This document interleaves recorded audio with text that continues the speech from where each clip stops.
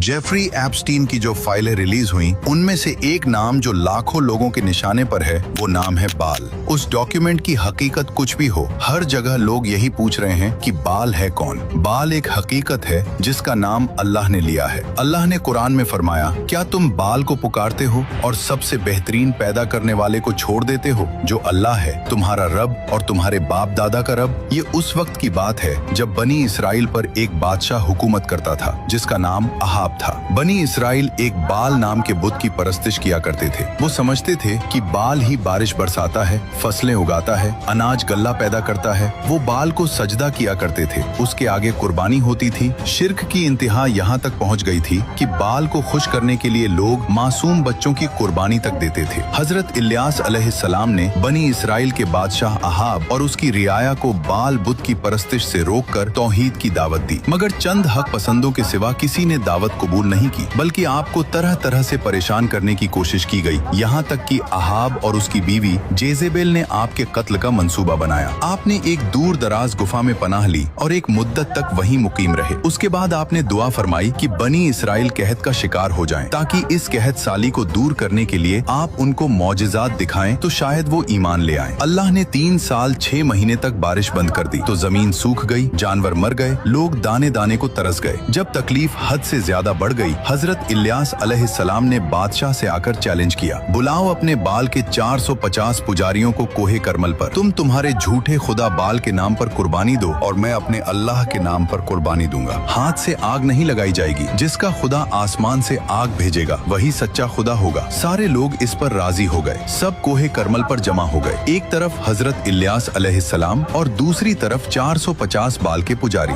2 बैल लाए गए। पहले पुजारियों की बारी आई। उन्होंने एक बैल को काटा, उसके टुकड़े किए और लकड़ियों पर रखा। सुबह से दोपहर तक वो नाचते रहे, चिल्लाते रहे, ए बाल जवाब दे, जवाब दे। कुछ नहीं हुआ। सूरज तपता रहा, गोश्त सड़ने लगा। फिर वो अपने जिस्म को छुरियों से काटने लगे, खून बहने लगा, लेकिन आसमान से एक चिंगारी भी नहीं आई। बाल पूरी तरह से मुर्दा था। हजरत इलियास अलैहिस्सलाम की बारी आई। आपने ऐसा किया जो नामुमकिन था। 12 पत्थरों को जोड़कर एक कुर्बानगाह बनाई। कुर्बानगाह के चारों तरफ खंदक खोदी, लकड़ियां जमाई, बैल को ज़िबह किया और लकड़ियों पर रखा। फिर 12 बर्तन पानी लकड़ियों और गोश्त पर ऐसे डलवाए कि सब गीला हो गया, यहाँ तक कि खंदक पानी से भर गई। फिर वो अकेले खड़े हुए और अल्लाह से दुआ की और उसी वक्त आसमान से आग आई। उसने सिर्फ गोश्त नहीं जलाया बल्कि सब कुछ जला के राख कर दिया। इस मौजिजे को देखकर बहुत लोग सजदे में गिर गए। उसके बाद हजरत इलियास अलैहिस्सलाम ने अल्लाह से दुआ की। थोड़ी ही देर में काले बादल छा गए और जोरदार बारिश हुई। हमारे ऐसे अजीम शान रब की कुदरत को देखकर अभी तक आपने कमेंट और शेयर भी नहीं किया।